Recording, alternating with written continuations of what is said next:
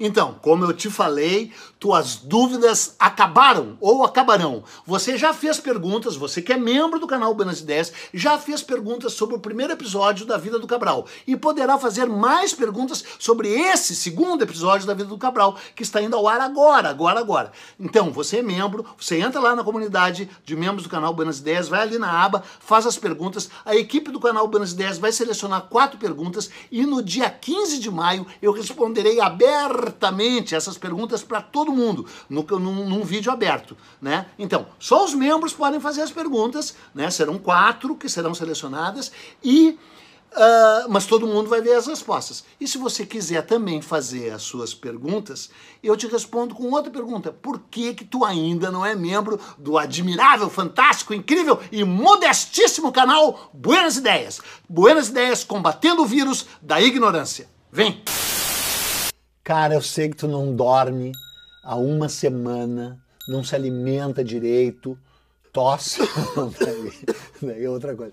Não, mas eu sei que tu tá desesperado. O que aconteceu com o Cabral, pelo amor de Deus? Você sabe que quando eu digo que vou fazer 2 episódios, né, às vezes demora um tempão para vir a segunda parte. Cadê a segunda parte do JK? Cadê a segunda parte do Santos Dumont? Cadê a segunda parte do Dom Pedro II, que não teve nem a primeira ainda, né?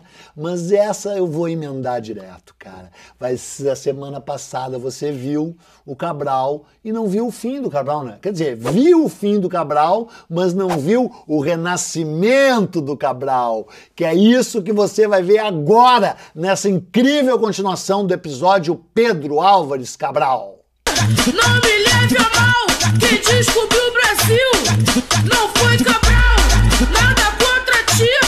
Não me leve a mal, quem descobriu o Brasil não foi Cabral. Foi mal, tosquiaram o Cabral.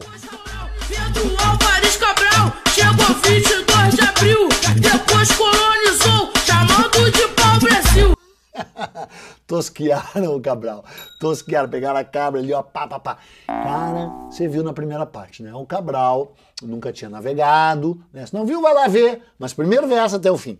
O Cabral nunca tinha navegado, o Cabral era o chefe diplomático e militar da maior frota que qualquer país europeu na história já tinha mandado para singrar o Atlântico. Aí ele abriu o rumo dele para o oeste, descobriu o Brasil.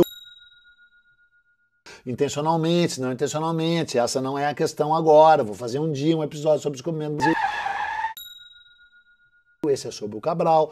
Ficou 10 dias no Brasil, foi para a Índia, tentou negociar com o Samorim de Calicut, não houve negociação, tiroteio, bala, voltou.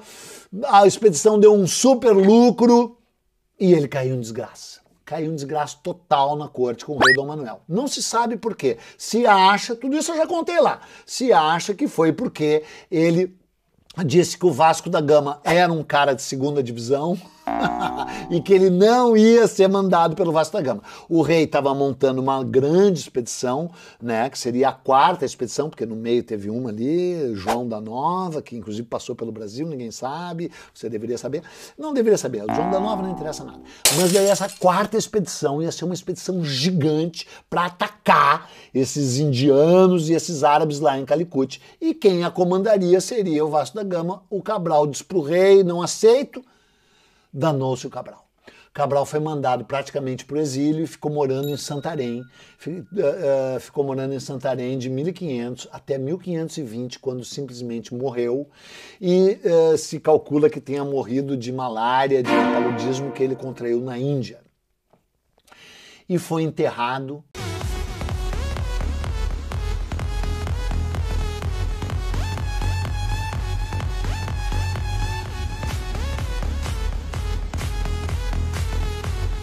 E foi enterrado e fim, cara.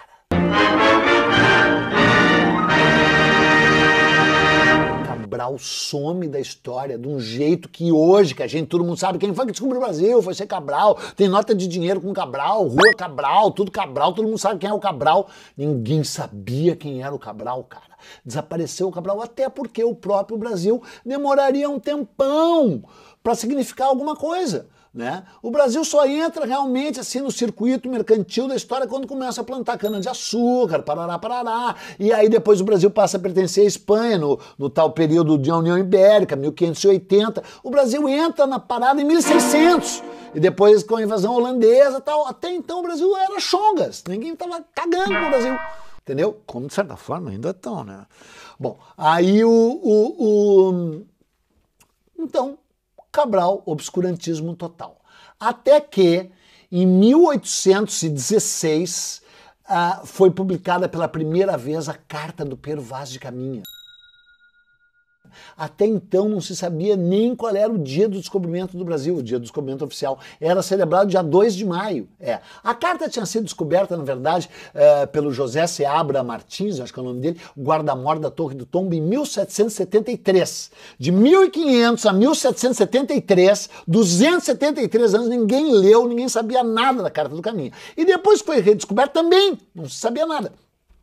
Só em 1816 que o padre Aires do Casal publica a carta toda censurada com as partes mais ofensivas ao decoro, né? Porque as índias estavam peladas e depiladas, porque via o Cabral, o Caminha as descrevia, né? Descrevia as suas vergonhas, das quais elas não tinham vergonha alguma, e o padre achou isso uma pouca vergonha e cortou, né?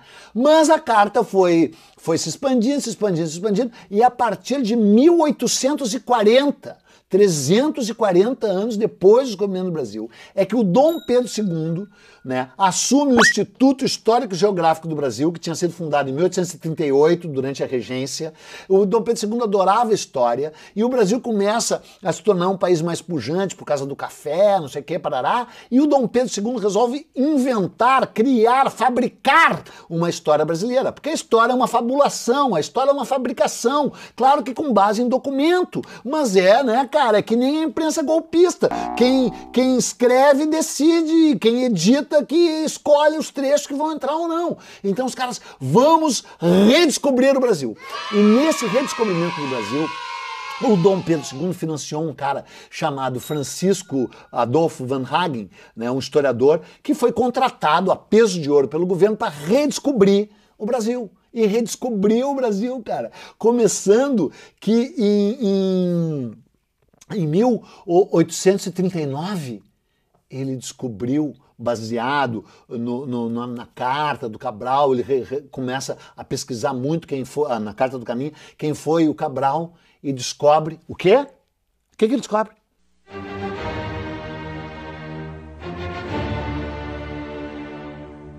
O túmulo do Cabral. Só que o túmulo não era do Cabral, mané. O túmulo era da mulher do Cabral. A mulher do Cabral era muito mais importante que o Cabral. Então, no túmulo da Isabel de Castro. E junto estava enterrado o Cabral. E aí, na Igreja da Graça, em Santarém. E aí, o túmulo tá tão mal cuidado, tá tão desprezado, tudo coberto de eras e tal, aquela coisa de filme de terror, só falta ter uma mão saindo assim.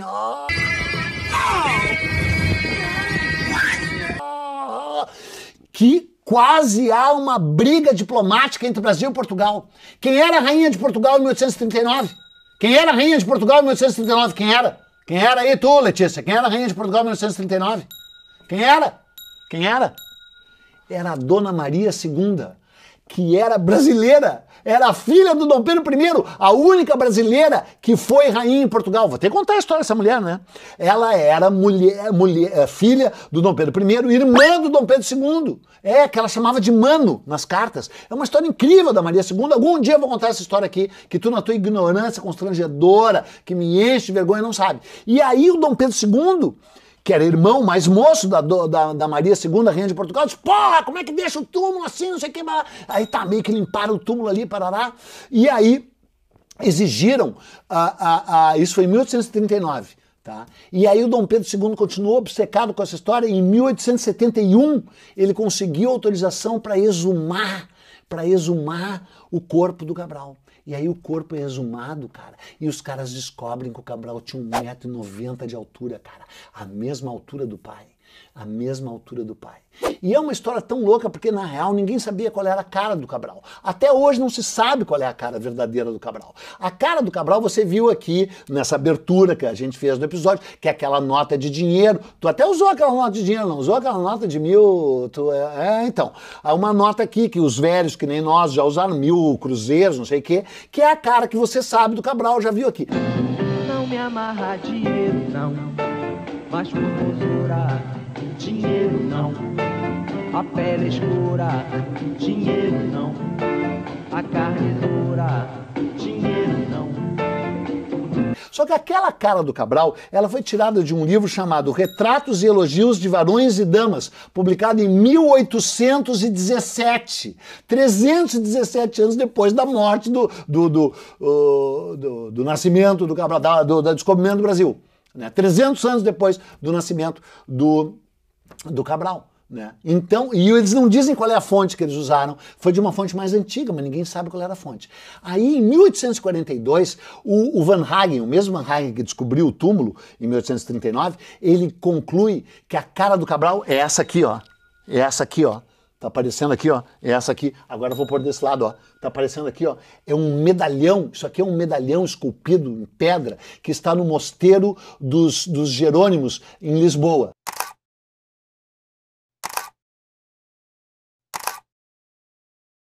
Né? São 4 medalhões, 3 estão olhando para o Oriente. Eles são o Vasco da Gama, o irmão dele, Paulo da Gama, e o Nicolau Coelho.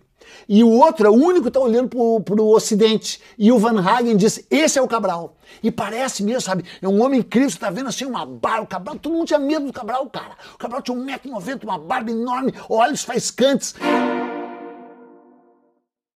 Isso está escrito em outras crônicas, os olhos faiscantes não, mas sabe assim, a altura se exumou, se viu, né? A barba se comenta também, né? Era um homem imponente, era um homem inacreditável, né? E além de rico e poderoso, casado com uma mulher riquíssima lá. Então pode ser essa cara dele aqui, ó, sabe? Olha a cara assustadora dele aqui, cara, vê se dá para se meter com um cara desse. Bom, aí em 1800 cadê o outro papel que estava aqui, pelo amor de Deus? Caiu no chão, com licença, caiu o papel aqui, ó. Pra você ver que isso tudo é gravado assim, sem cortes, não é mesmo? E aí, cara, em 1882 foi feito uma nova exumação do corpo. Na verdade, foi em 1882, em 1871 foi feita a primeira exumação. Em 1882 é que se descobriu a altura, que era 1,90 m, a mesma altura do pai dele, né, o gigante da beira, né? E aí, no dia 30 de dezembro de 1903, já em plena República, partes do corpo do Cabral são trazidas para o Brasil, para o Rio de Janeiro. E tu sabia que tem corpo do Cabral? Sabia que tem corpo do Cabral aqui no Rio de Janeiro? Tu sabia? Eu não sabia. Ele foi trazido a ossos, acho que um fêmur, uma coisa assim, e estão na Igreja do Carmo, no Rio de Janeiro.